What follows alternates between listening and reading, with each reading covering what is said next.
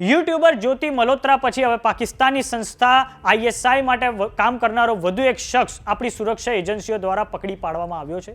તેનું નામ છે શહેજાદ, જે ઉત્તર પ્રદેશના રામપુર જિલ્લાના ટાંડા વિસ્તારના આઝાદનગર મહોલ્લાનો રહેવાસી છે.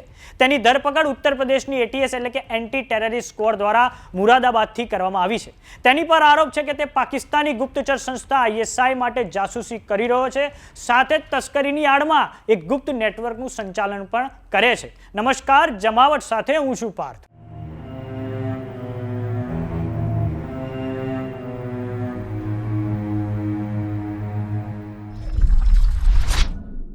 આપણા દેશનો જેટલો ખતરો બહારના આતંકવાદીઓથી તો છે જ, પરંતુ તેના કરતાં પણ ખૂબ મોટો ખતરો આપણી અંદર છુપાયેલા આતંકીઓથી છે.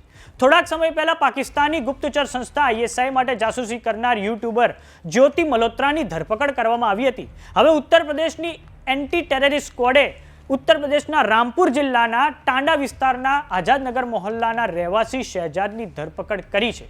યુપી એટીએસે તેની ધરપકડ મુરાદાબાદથી કરી છે. તેની પર આરોપ છે કે પાકિસ્તાની ગુપ્તચર સંસ્થા આઈએસઆઈ સાથે સંપર્કમાં હતો, સાથે જ તસ્કરીની આડમાં આઈએસઆઈ માટે જાસૂસી પણ કરતો હતો.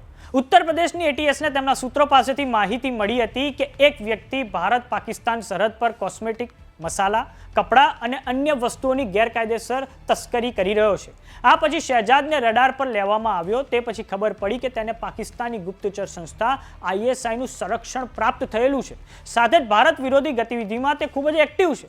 આ પછી યુપી એટીએસે એક સ્પેશિયલ ટીમ બનાવી તેની પર દેખરેખ રાખવાનું શરૂ કરી દીધું, અને આ પછી ટેકનિકલ અને ફિઝિકલ સર્વેલન્સ અંતર્ગત શહેજાદની ગતિવિધિઓની તપાસ કરવામાં આવી.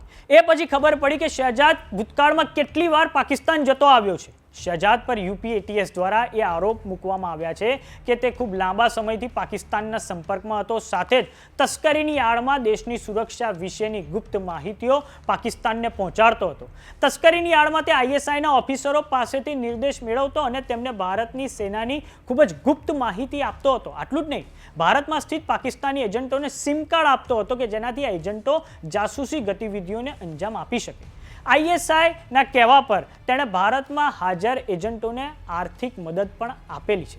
તેની પર બીજા ગંભીર આરોપ એ પણ છે કે તેણે ઉત્તર પ્રદેશના અલગ અલગ ભાગોથી લોકોને તસ્કરી દ્વારા પાકિસ્તાન મોકલ્યા હતા. તેની પર હવે યુપી એટીએસ દ્વારા ભારતીય ન્યાય સંહિતાની સેક્શન 148 અને સેક્શન 152 અંતર્ગત કેસ દાખલ કરવામાં આવ્યો છે. સેક્શન 148 સરકારની વિરુદ્ધમાં એક સાજિશ કરવા સંબંધિત છે, જ્યારે સેક્શન 152 ભારતની સંપ્રભુતા, એકતા અને અખંડિતતાને ખતરામાં નાખવા સંબંધિત છે. તો કેવો લાગ્યો અમારો વિડીયો અમને કોમેન્ટ બોક્સમાં લખીને જરૂર જણાવો. જો તમે અમને યુટ્યુબ પર જોઈ રહ્યા હો તો સબસ્ક્રાઇબ કરો. જો તમે અમને ઇન્સ્ટાગ્રામ અને ફેસબુક પર જોઈ રહ્યા હો તો ફોલો કરો. સાથે જ અમારી વોટ્સઅપ ચેનલને પણ જોઈન કરો. નમસ્કાર.